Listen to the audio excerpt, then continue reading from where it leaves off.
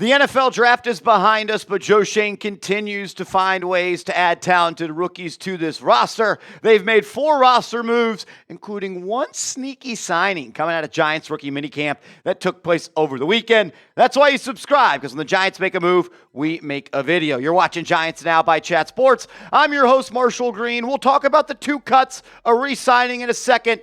But let's talk about this move. The New York Giants are having TJ Moore, the cornerback out of Mercer, put pen to paper to join this 90-man roster following rookie minicamp that took place. He signed a deal after impressing over the 2-day window as the Giants went through rookie minicamp. He started all 14 games last year for Mercer, and he was he was the second unanimous All-American selection out of the Mercer football program in their entire history. He was also the Buck Buchanan Award runner-up, and he was a first-team all-conference player this past year. I went in and watched some film prior to filming this video, and there's some stuff there that I like about TJ Moore in his game. I think he is a physical corner. I think he also plays the ball really well in the air. I worry about the competition difference from Mercer to the National Football League. But overall, I like the Giants making this move, and I see what they see, which is potentially a player that could compete to make this 53-man roster, or a guy that they try to develop through the practice squad early on in his NFL career. He's a good athlete as well. His relative athletic score through the pre-draft process graded out in the 75th percentile. He's 23 years old, but he's extremely fast. 4.4 40, 86th percentile. His 20-yard split was in the 81st percentile. What I love is that 10-yard split of 1.52 seconds was in the 90th percentile. He's got a good first step that shows on film, and he's able to recover sometimes when he's beat at the line of scrimmage. Has good size as well, 31-inch arms, over 6 foot, a little bit light at 187, but he's going to be able to put some weight on if he needs to. This is someone that also racked up the stats at Mercer this past year. We'll show you those coming up in a second, but anytime the Giants go out or any team goes out and signs a player at a rookie minicamp, I like to go to Dane Brugler and his draft guide called The Beast. He works for The Athletic. He's the best in the business in my opinion, and this is an in-depth write-up on TJ Moore. Brugler saying he played both ways as a corner and wide receiver and quarterback at Riverdale High School. He was a 0-star recruit. He mostly received D2 interest, primarily at receiver, until FCS Mercer entered the mix. Moore signed there to play defense and immediately claimed a role as a part of the secondary rotation, playing in 59 games, including 56 straight over the past 5 years. He became just the second unanimous All-American in school history in 2024, 20 PBUs and 7 INTs. A good-sized athlete, Moore maintains good positioning in zone and aggressively plays the football with timing. 0 penalties in 2024. He flashed a burst to closing coverage and run support. Although his attempts to bait throws will backfire at times, and you'd like to see more disciplined technique, overall, Moore will get in trouble freelancing, but he is a twitched-up athlete with physicality and ball skills. He will have a chance to compete for an NFL roster spot, and that's awesome. Look, if you can find someone at rookie minicamp that Dane Brugler had ranked as the 49th best corner in this draft, actually the last corner he gave a write-up to, that he thinks can compete for an NFL roster spot, that's a great find by Schoen and this staff. He was really good at Mercer this past year. We touched on the statistics a moment ago. 64 tackles, 20 pass breakups, 7 interceptions. I thought when you watch the film, the ball skills popped out. And when I went and watched the film and then I put the analytics and the stats side by side, 20 PBUs and 7 interceptions. The ball production is there. I think he knows how to attack the ball in the air because of his receiver background. Long way for this guy to make the 53-man roster, but with the way the Giants' cornerback depth chart stacks up, there's a way for him to fight and be potentially in the consideration to be that guy. Look, Paulson Adebo is going to make the roster. Deonte Banks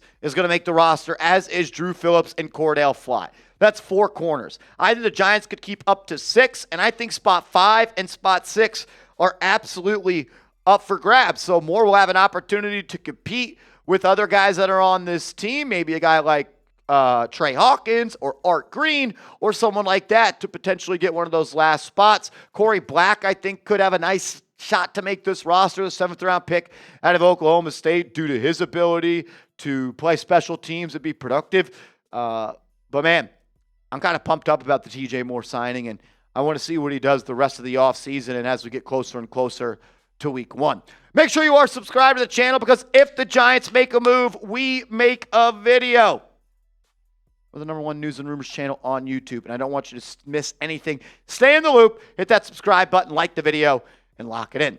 All right, we did a video the other day about the New York Giants releasing veteran wide receiver Lil'Jordan Humphrey, but it seems like Lil'Jordan Humphrey might be the new Jakob Johnson for the Giants, the guy they are in cahoots with and in conversation with, and they understand we want you on this team, but we're going to cut you, release you, pick you up, cut you, pick you up, cut you in multiple ways to try to just finagle this 90-man roster. So he goes from being cut last week to being signed again this week. And look, at 6'4", he brings a profile to the wide receiver position that the Giants, to be honest with you, just don't really have. 31 grabs last year for Denver. I thought he was solid. 293 yards and a touchdown.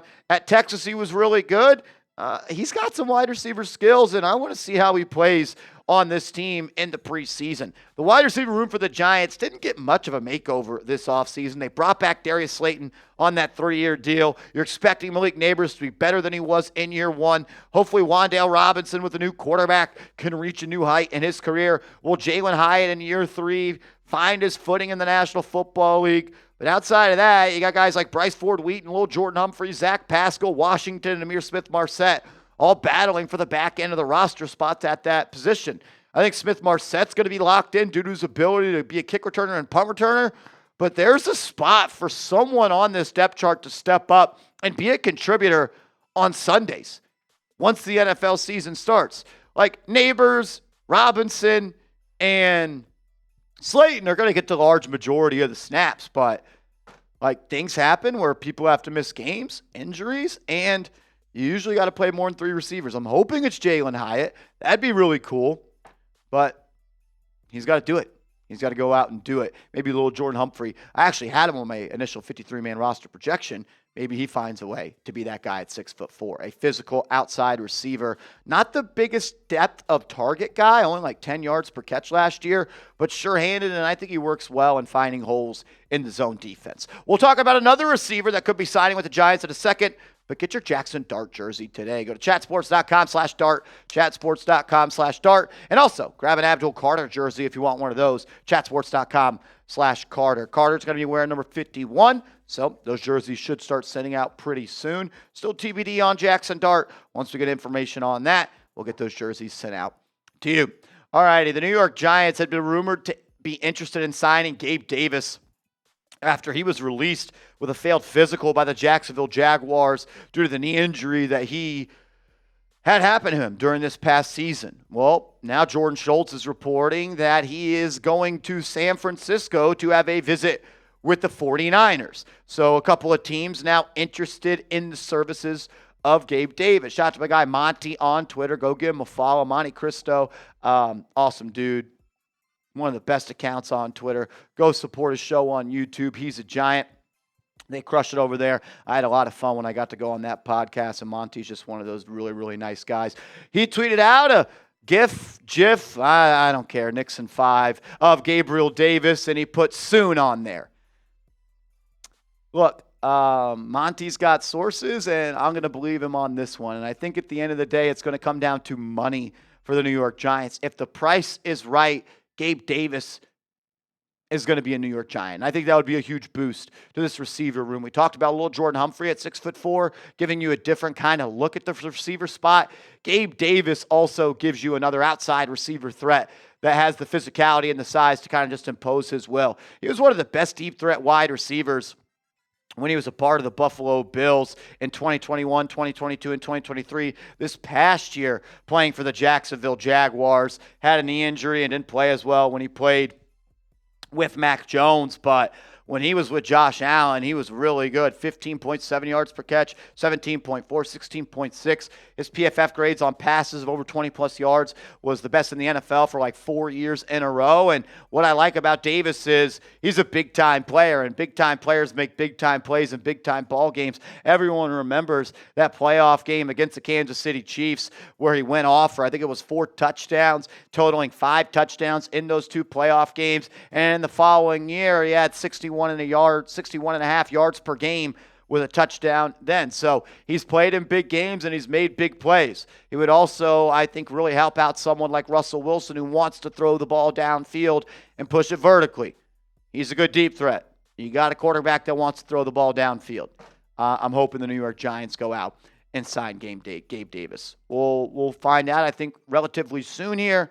And again, I think if the money is right, they'll be able to get it done. The Giants have made 2 more roster moves. Unfortunately, it's UDFAs that they signed after the draft that have had their contracts terminated. Tommy McCormick, the safety, he is no longer on the New York Giants. And R.J. Delancy III, he has also been cut. So you cut McCormick and Delancy, you re-sign Lil'Jordan Humphrey, and you sign T.J. Moore, the corner out of Mercer. That's why you subscribe, and that's why you follow me over on social media. First spot you would have heard about this news is on my Twitter and on my Instagram. So give me a follow over there. A video on the channel later today. And there's a lot of people that watch this channel that love the Celtics. Let's go Knicks. We'll see y'all later.